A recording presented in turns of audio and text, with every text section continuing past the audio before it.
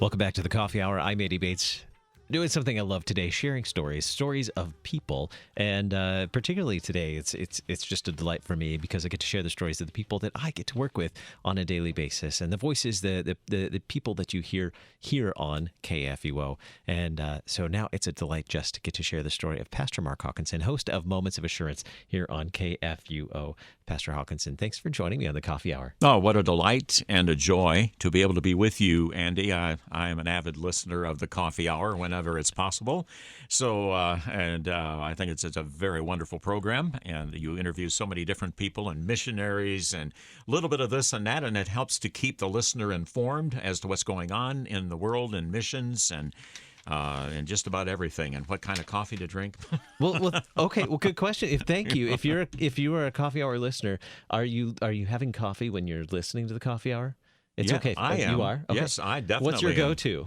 I just have. I get it at Whole Foods, and I get Whole Foods decaf and half and half. I get Whole Foods half and half, and my wife has it in my mug for me when I leave in the morning, and when I drive in, I come in later than you do, and so I'm listening on my car radio, actually, to the Coffee Hour. With your decaf half and half to the Coffee Hour. That's right, and yes, absolutely, it's delicious. Oh, I love coffee.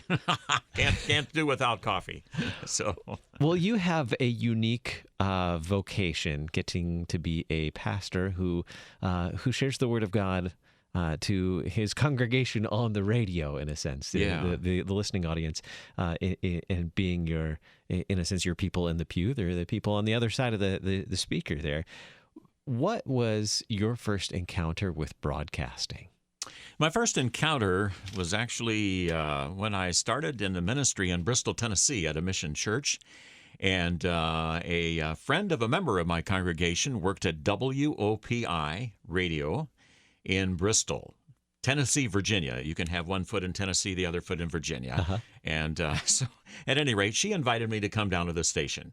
I came down to the station, and I just immediately gotten bitten by the bug. I thought, oh, this has to be a lot of fun to do this. It just has to be a lot of fun. And so she would say, you want to try it? I said, no, I don't want to try it yet. And they had a slogan there at WOPI, what does it take to make you say whoopee? At any rate, that kind of stuck with me. I didn't start there in Bristol. I worked with some mission churches when I first started out of the seminary school, and ended up in Tullahoma, Tennessee, near Manchester. It's in southern Tennessee, southern middle Tennessee. And I ended up with no radio training. I had no radio training whatsoever. I thought, I want to do a radio ministry. And by George, I'm going to do it, no matter what. So I went down to WMSR FM radio in Manchester, Tennessee, and I said, hey, I need a 30-minute program of music and talk, and I want to call it Moments of Assurance. And that's where I got the original name, Moments of Assurance. That goes way back to 1980. Really. And so he said, okay, this is how much it's going to cost you. So I went to my board, my congregation. They agreed to try it, and people sponsored the 30-minute program. I was thrilled. In the days of turntables, you turn the turntable a quarter turn to cue it up, of course. And so I mixed sacred music and talk there in Tullahoma, Tennessee. And for 5 years, I was there in Tullahoma, and then I went on to the Lake of the Ozarks here in Missouri, and another mission congregation. And I decided, here's what really was the bug that bit me. I saw a record album that said KFUO Lutheran Radio Choir. And I thought to myself, if it's the last thing I do, someday I'm going to be on KFUO radio. And that was my goal, to get on KFUO radio with no training and very little experience. So I thought, I need some experience. So I went down to KLDN FM radio, at Lake Radio there in Eldon, Missouri. And they're different call letters now, but at that time it was called KLDN.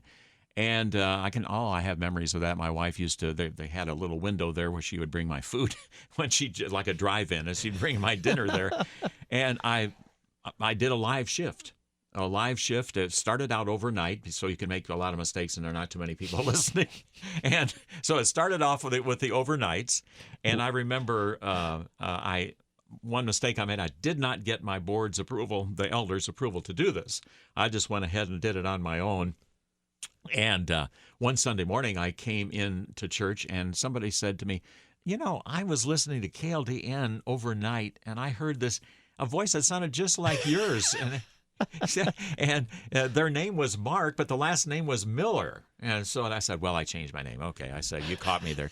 And so I apologized to the Board of Elders for not getting there. And so they said, you have our blessing. You can get it as long as you get somebody to cover in case there's an emergency, that you have somebody covering for you. And I said, sure, I can take care of that. So that's how I got some additional experience with live radio. It was a country music station. And I played all the country artists, and I got to really like some of those country artists very well. And finally, I saw in the Lutheran Witness an ad for a position at KFUO Radio, and I thought, there is no way under heaven I'll get that, but I'm going to go ahead and apply for it. So I applied for it, and I got a call from Reverend Paul Devontier, who now is host of By the Way, short form program that we air at KFUO. And he said, come on down, I want to interview you. So I went down. So I came to St. Louis from the Lake of the Ozarks, and had a nice breakfast with him. And he didn't say yes or no. He just said, you have a distinctive voice. I don't know. I thought, no chance. There is no chance under heaven. And a week later, I got a call from him, and he said, how soon can you be here? And that's how that all started. I was able to be called as manager of religious programming at that time. And the rest is history. That was 1987, and I've been in various capacities since that time. And like many of us in radio broadcasting, it sounds like you got your real education in radio and that overnight shift. I mean, most of us have done that overnight shift at a radio station. I imagine. Everything under the sun went wrong too overnight, and I didn't know what to do. So I'd call the person on call. What do I do? What's live radio? What do you do? And they would walk me through and how to get through all that. But I learned how to work under pressure. You have to work under pressure. You have to be able to if something goes wrong, make a split-second decision, and this is how you're going to cover the air. You can't have dead air, so what are you going to do? You have to fill it with something. And 5 seconds in radio, as you know, is almost an eternity. If you don't, 5 seconds of silence. 5 seconds of silence. Well, that's what I meant. 5 seconds of silence. Yeah. So at any rate, that's how I got the schooling from the School of Hard Knocks, so to speak, from there's a Latin phrase, experientia docet, which means experience is the best teacher, and that's really it. So along the way, from your experience at those radio stations and then coming to KFUO, and then during your time at KFUO, having some training on the job as well, with some coaching from others that you worked alongside, right? That is correct. I had people like Chuck Rathert and Paul Clayton and others who used to be at KFUO at one time when we were in the old building back on the seminary campus. They were very helpful to me. Others, you have been helpful. I've learned things from you and others. And, of course, Gary Duncan. I've learned things from Gary all along. So different individuals have tutored me, but I've had no formal broadcasting classes, not even one. Your formal education took place in the seminary. That's right. I did. I did my undergraduate work at Concordia St. Paul, Minnesota, and I got a Bachelor of Arts there in theology and music, and then went on to Concordia Theological Seminary, not in Fort Wayne. It's in Fort Wayne now, but it was that time in Springfield, Illinois. So I graduated from college with a Bachelor of Arts, then from the seminary with a Master of Divinity in 1975, long time ago, very long time ago. So if you went to seminary in Springfield, you hadn't really been on as a regular student on the Concordia Seminary St. Louis campus No. as a regular student. Absolutely so you might not. not have been really exposed to KFUO much then. Did you know about KFUO prior to that record that you saw at the Not much. radio station? No, not much. No, not at all. No, I just no. I just happened to at one time see that record.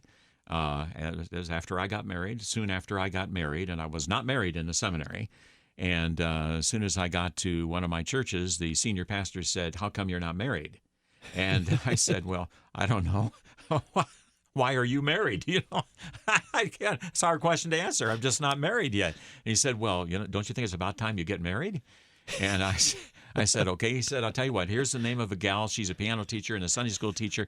You call her up and then take her out Saturday night. That's an order." And so I did. I took her out Saturday night, and the second date, I asked her to marry me, and we've been married 42 years. So it's all I know.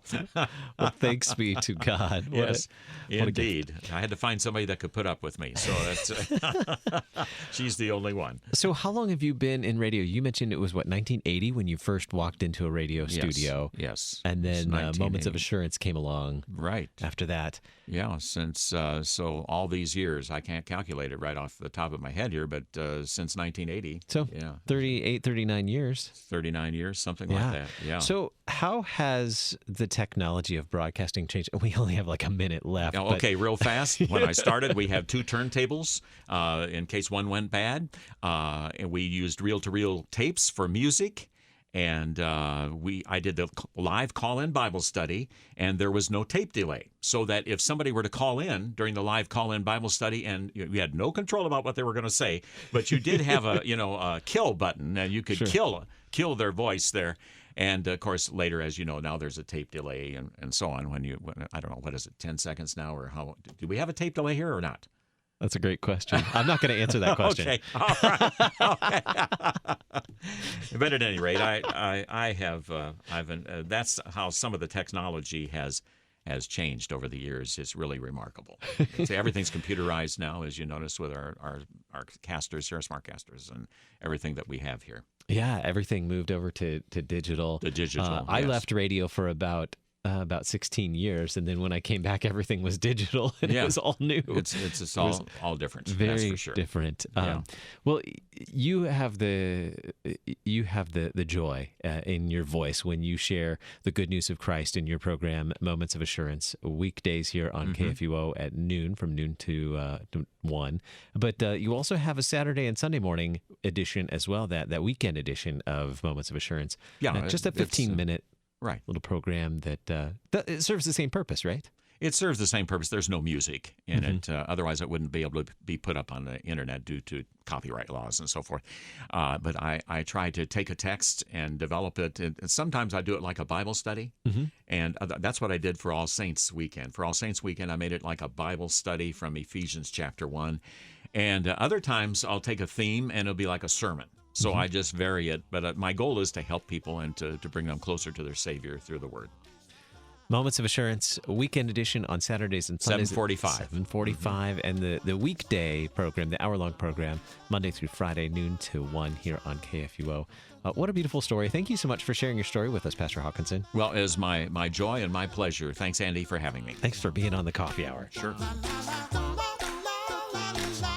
The Coffee Hour with Andy and Sarah is a production of KFUO. To support the Coffee Hour and KFUO Radio, visit KFUO.org. You can also text KFUO to 41444 or send an email to gifts@KFUO.org. And you can call us at 800-844-0524. KFUO. Christ for you, anytime, anywhere.